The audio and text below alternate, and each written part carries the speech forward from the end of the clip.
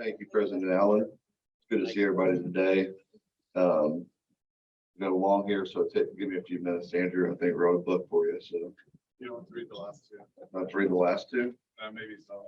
Okay. We're excited to have John Trudel here with us today. He became the 19th head coach in Peoria Rivermen franchise history on May 25th of 2013 and served as the team's first head coach in his Southern Professional Hockey League era.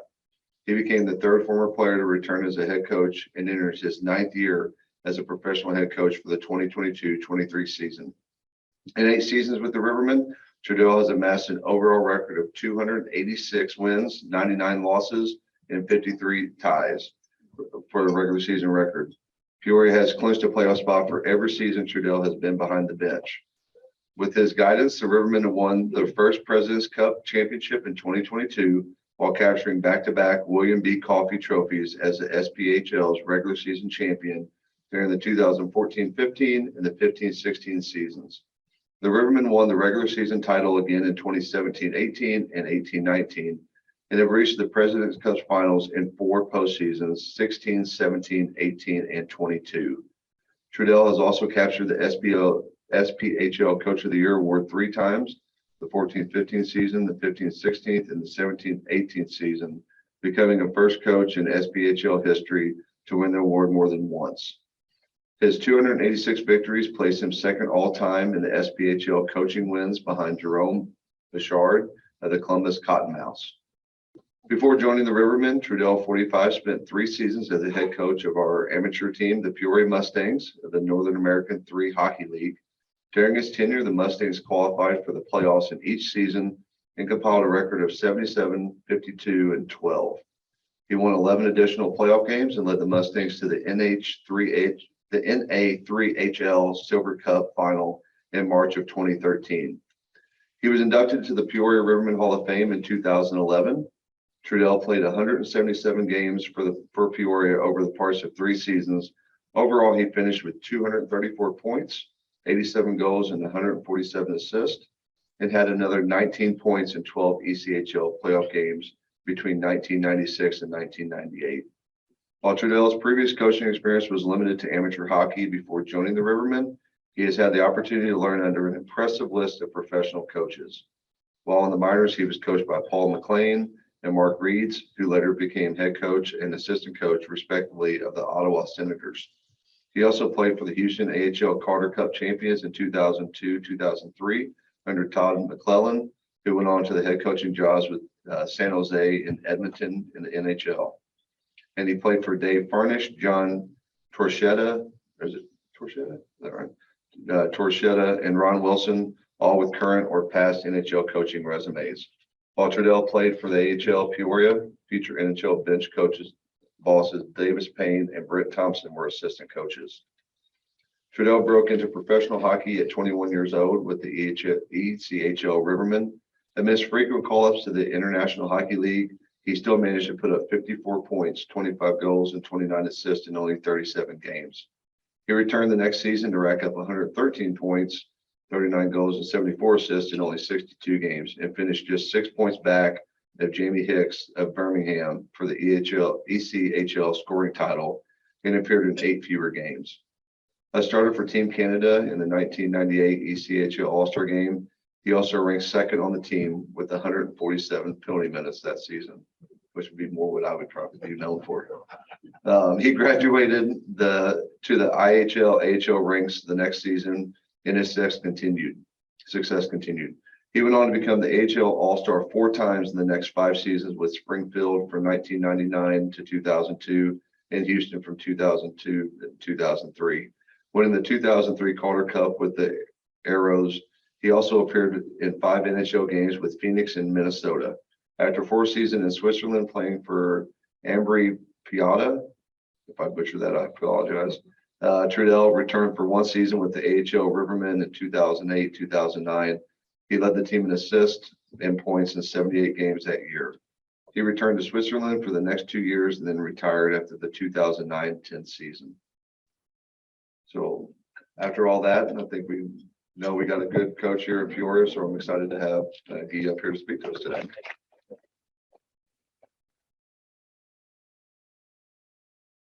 That's actually the first time Andrew gives me a compliment, so thanks, buddy, for that. That was really nice. The reason I didn't bring a presentation, because my players know I love talking, I love teaching, and it takes me too long. So I know I only have a 15-minute window here. I'll try to be quick. We're going to start with the background a little bit. I was born in Sudbury, Ontario, and then my dad got a job in the gold mines in Quebec. So we moved in Quebec at an early age. And if you've done your research on Canada, we're pretty much born with skates in our feet. So that's all we know, that's all we do. And I was lucky enough that it was cold enough that our street becomes ice. So you don't really need an ice rink. You just skate in the streets and you get better that way. And until the age of 16, I stayed home up north. And then I was lucky enough to get drafted in Major Junior, which is the highest league in Canada when it comes to junior hockey. I played 2 years. Then I kind of retired 1 year because I wanted to get a college scholarship. And there's so many rules and regulations in Major Junior. You have to stop playing for 1 year to be able to get that scholarship. Unfortunately, Maine, the team that I was going to sign to, got kind of in trouble. They were cheating a little bit with their SAT tests and those kind of things. So we got trouble there a little bit. So I went back to Major Junior, was lucky enough to have probably the best coach of my life that changed my life forever. And I still thank him to this day. I have a great relationship with him. And I said he's the one who changed me from a skilled player to become a man and do what I have to do to make a career out of it.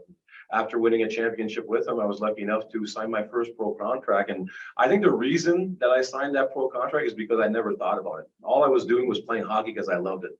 A lot of kids right now are chasing too much instead of just enjoying where they're at and doing good with the people they're at. We chase all over the place. And that's why, you know, when you chase, you're just building up unnecessary pressure. And sometimes they kind of feel trapped. So for me, I was just playing the game because I loved it. I was lucky enough that one day my Major Junior coach asked me if I had an agent, and I didn't even know what that was. I was like, an agent? And I'm like, no, I'm just playing hockey here. And it was kind of fun. So I found an agent, signed pro hockey. I was lucky enough to have a great career. And one of the reasons I still believe to this day is when I came to Peoria, I won't lie to you, it was a little different. I came from a gold mining town, small village.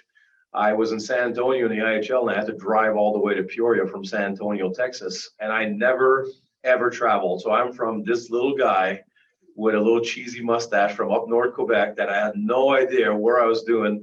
And all of a sudden I passed Chicago. I was like, oh, cool. This is, you know, pretty cool. This is big cities. And then I saw cornfields for 2 straight hours. And I'm like, I have no idea where I'm going here.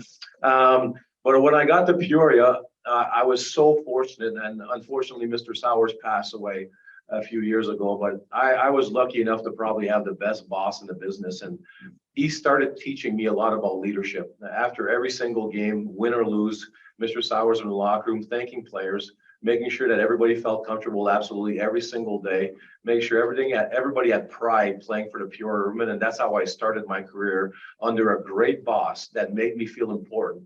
And because of that, I wanted to push and continue and become the best hockey player possible. And just from those little things like Mr. Sauer thanking us or Mr. Sauer's buying us a meal, I really started getting into that leadership role that I always imagined myself being.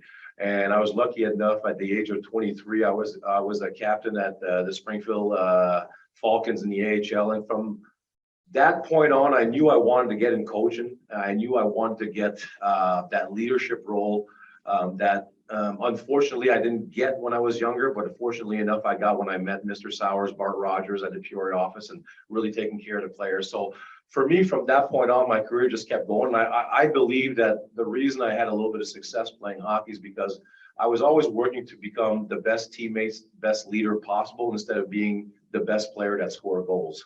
And, you know, I think scoring goals and having success is a byproduct of thinking the right way and doing the right things. And I think I was lucky enough, like Jason mentioned, all the great coaches that I had that gave me, you know, a little bit of leadership. And I took a little bit of all these coaches and kind of put it in the way I wanted to build things for my program. And my program here in Peoria, three job I have, I'm very fortunate. One, my main job with the Rivermen. It's been 9 years now. I thought the third time was a charm. We went to 4 finals in the last 5 years, and I was getting a little bit, because for me, I'm really a Peoria guy. I'm a Peoria kid now. I've been here for 20 some years, and it was really important for me to bring that championship to Peoria. So finally, fourth time was a charm for us to bring it home. And it's amazing how the city reacted to it, because, you know, hockey is not the first sport. We all know football, baseball. There's there's all these sports in the US, but for us to bring it back to Peoria, I felt like a sense of pride coming from the city. And now, once you tasted that victory, you want more and you want to bring it again. And we want to make sure Peoria stays at the city of champions. So my 3 jobs here in Peoria are pretty simple. That's my main job. My second job is I'm fortunate enough to be, I am the hockey director of all travel hockey here in Peoria. And then also I own a Peoria junior team, the Peoria Mustangs. When I retired from hockey, I knew I wanted to stay in the game. I already had started all my presentation, my books on coaching, because I knew I was going to be a coach one day. So while I was playing, I was just taking a little bit of every coach I had to make myself better every single day. So that's what I do. So in the wintertime, if you want to see me, it's one rink or the other. I'm at the Civic Center till 3, then I'm at Owen Center from 3 to 10 at night.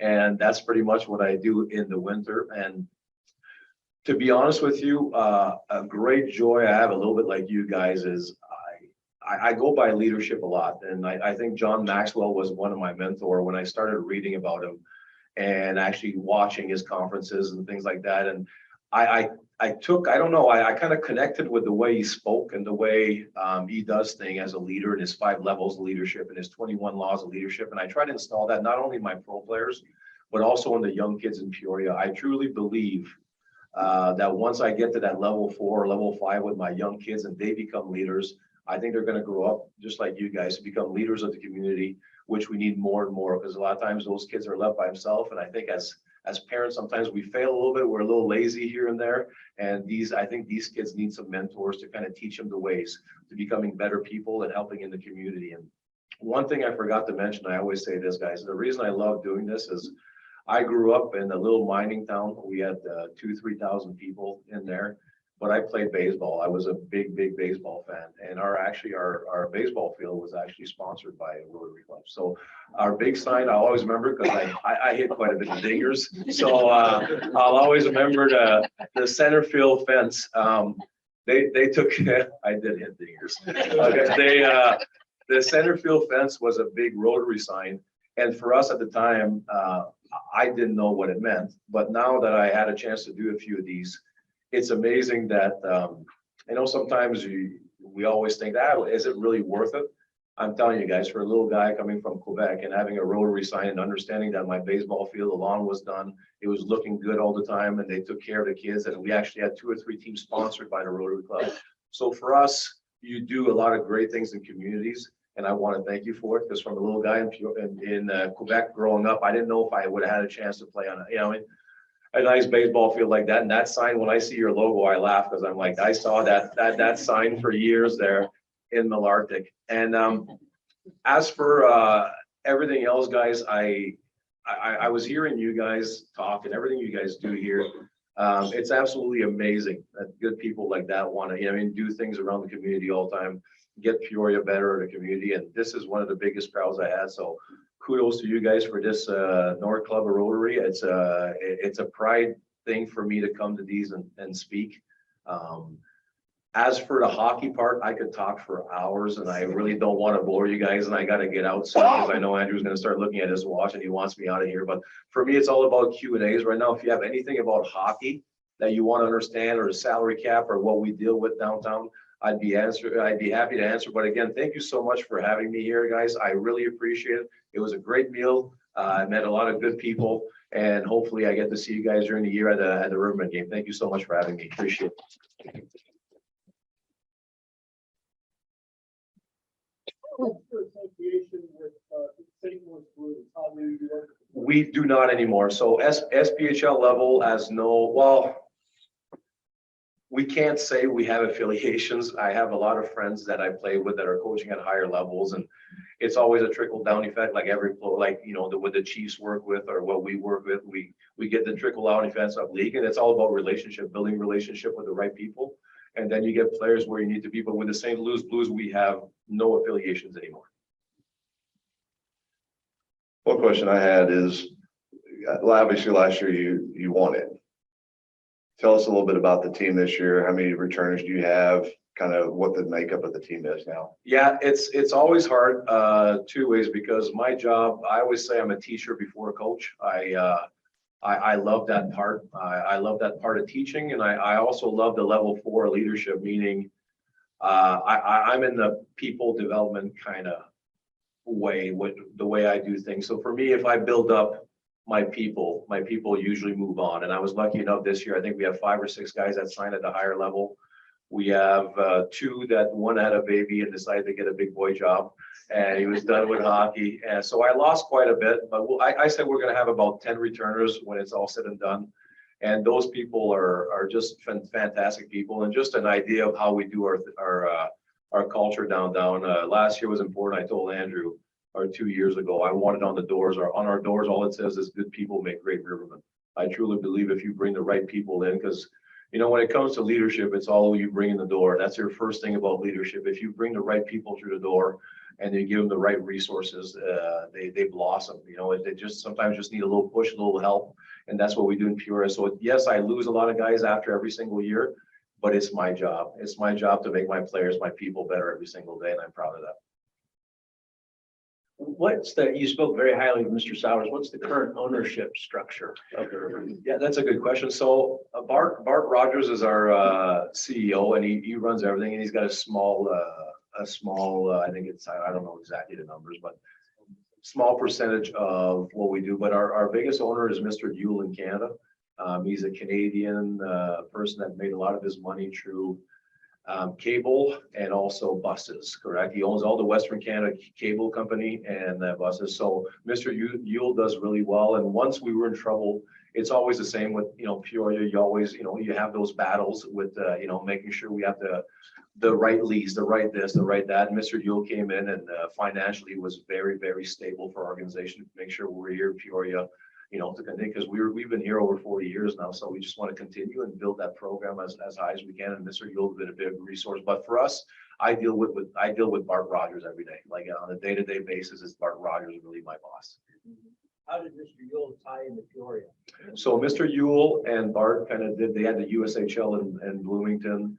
Mr. Yule had a lot of hockey teams, a lot of sports teams. I think he had 5 minor league baseball teams. He had 5 hockey team, correct, at one point.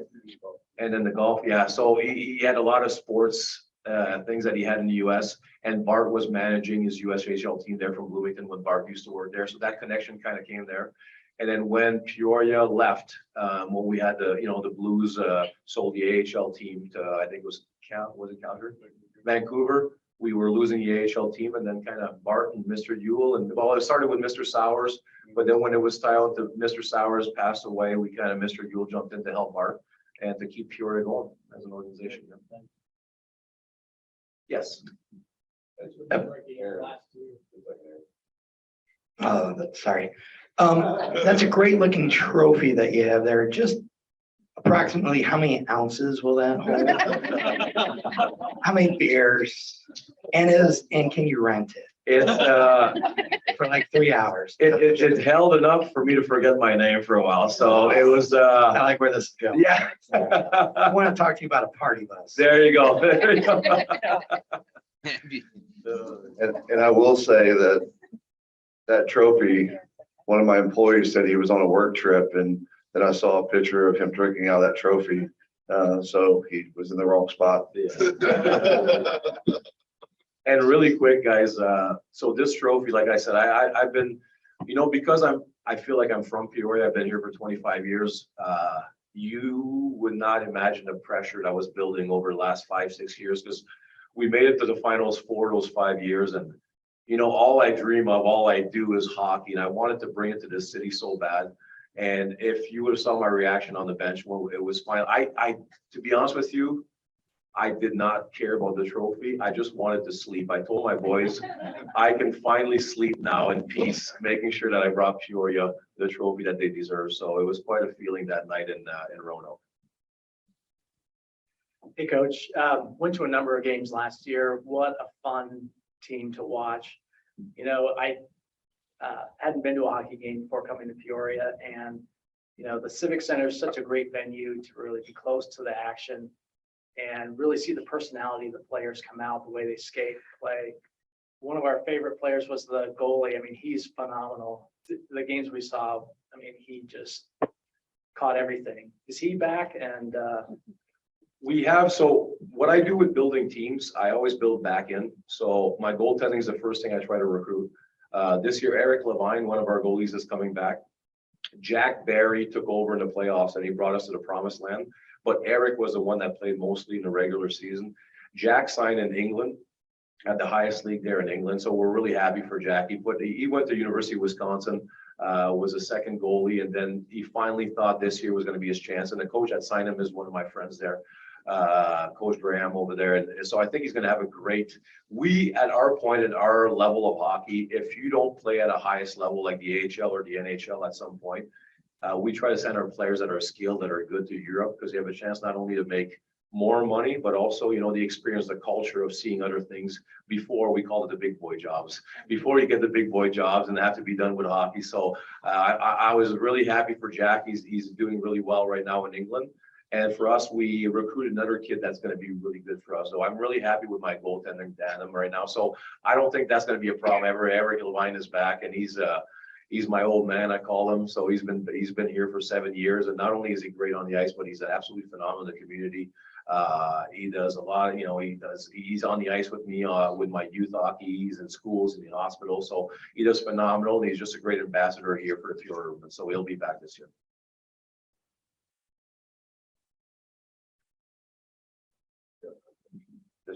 Okay.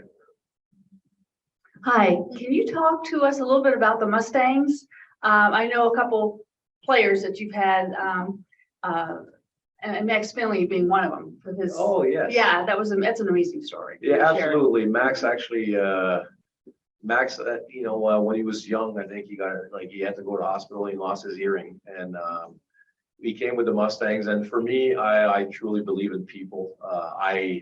You know, to me, that's one of my things that I talk about leadership all the time. I don't care what company it is. I believe in people. And when Max came in, just a great young man, even if he had, you know, he could not hear. So, well, I think he heard a little bit, but only when I yelled, he decided to put his earphones off. But he's, what a story he was. He came to the Mustangs, went to college, played for the U.S. National Deaf Olympic team. And then after that, he came back for me and worked for me as an AT.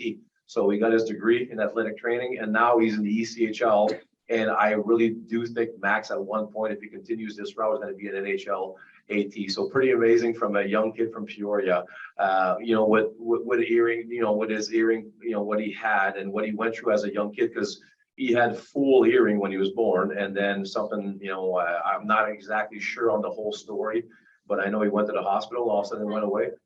Yeah, correct. And then, but Max is doing awesome. We still hold this relationship to this day. I have a lot of guys that, you know, are playing or actually worked with me and are at the next level. Some at AHL, some, you know, NHL. So we're really proud of all these guys, but Max was a special guy for us. And the Peoria Mustangs is a junior program that I took over when I was retired, because I wanted to stay in hockey, and I felt like that's the, you know, if I buy my own team, I can coach it. So I felt like that was a smart move to do. So I was lucky to be able to do that, and we're really proud of our Mustangs. And I think I'm very fortunate also with my boss there, Bart Rogers downtown. He allows me to work with the Mustangs. He allows me to work with, you know, with the kids. He allows me to do, he always tells me, as long as you're successful, you do what you need to do. Because for me, I have a tremendous passion for, like I said, teaching leadership to, you know, these young men that are 16 to 20, or even my youth hockey guys. So what a life do I have? I played hockey for 15 years, and now I get to coach and just be around people that want to get better every single day. So it's a lot of fun. What is the compensation for your players? Is it, you know, like Jason's guys? Is it, can they make a living? Is it scraping by? Well, it's not at our level, the ECHL level. You can make a living, but you're going to have to find a job in the summer. They don't make enough to, I mean, to kind of just AHL and NHL is when you start getting contracts. What Jason deals with is more, a lot of those kids are okay because they had signing bonuses. At our level, they don't get signing bonuses. So they do have to mostly get a job in the summer, but a lot of them stay in hockey, because like my captain, Alec Agaman, his wife's a principal in Peoria, and he helps me with all my camps in the summer. So he does, you know, he does enough to stay in hockey and be happy and does away. But at the ECHL level and our level, most guys are going to have to get a job in the summer, and yeah, until they get to the next level. Yes. Thanks for the presentation. It's very interesting. I have a son who's like 4. There's still a lot of fights at the Rivermen game, or like, what do I expect? I haven't been there in a while, so is it something that like my kids are a little violent, should be seen, or? So, one, I'm not gonna promote violence today. Well, I guess there's violence everywhere. Yes, but I'll explain it in the best terms I can. To me, hockey is still a warrior sport. Intimidation to me will always, and I don't mean fighting, being physical, being strong, being heavy on the puck is always going to be part of hockey. Because there's some guys that have no fear. There's some guys that have a little fear, and you have to take advantage of it. And I don't mean in the fighting way. I just mean it's still a physical sport. It is, and we always say, like, so if we place a puck in an area and we go after a defenseman, you want to finish every single check, not because you're going to fight him, but because after 6, 7 times of getting crushed in the boards, you're going to say, maybe I'm going to go slower and let him get the puck. And some guys are warriors and they're going to take the check 20, 30 times a game. Some guys are going to go slower and let you take the puck. So it's still a warrior sport that way. And I always build my teams in a way that if something happens to our best players, something's gonna get done to make sure it doesn't happen again. So I know it sounds bad, but Strategy. it is, yeah. So honestly, fighting is you would laugh, but it's about strategy. Because a lot of times, let's say we're not going as well as we need. Sometimes we need a spark. And a spark sometimes comes from different ways. It comes from a good shift, a forechecking shift. Sometimes it comes from just a good old fashioned fight. And then all of a sudden the boys on the bench are like, okay, let's go. This guy. And you laugh, but for me, when I was a captain or like an assistant captain, for me, my job was always that, because I always saw if we were playing pretty soft or slow, sometimes I just go after their biggest guy. And you get a few, you take a few, and then all of a sudden everybody's like, okay, if your leading scorer is doing it, I might as well start going a little bit harder here. So there's different ways of seeing it. And I think you can't take it out of the game. I think it's going away. There's not as many, but I still think you're going to have that intimidation factor when it comes to hockey, because it's just part of it. And it's like a pitcher that brushes off somebody here and there. That intimidation part still takes them away from the plate a little bit. So you have a little bit of a bigger plate to pitch to. So there's all different kinds of ways in sport to make sure you do what you have to do for your team to be successful. And then last question, did you see the documentary about the Trashers? I did. Pretty interesting. Yeah, a lot of my buddies actually played there those days. So I know exactly that documentary, and it's amazing what they did. Yes, actually, some of my buddies were getting paid $100,000 to play in like that league, just because they were paying under. Yeah, they were doing a lot of bad things. But yeah, I did see it. Yeah.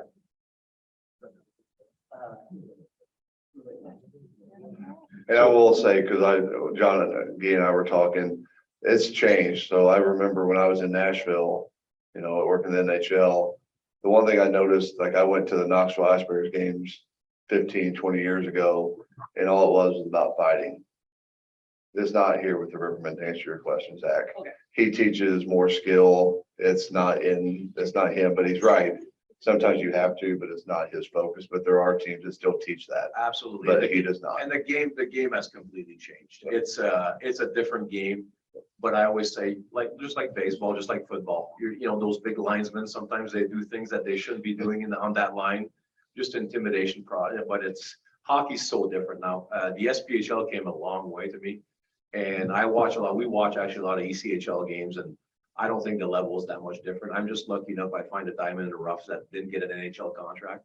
And then I try to turn them into the people that they should be, the player that they should be. And once you get good people, they want to learn, they're sponges, they get better every single day. So for me, I'm lucky to have great people upstairs and great people downstairs to work with, and just make Peoria a special place for those players when they come and play for us.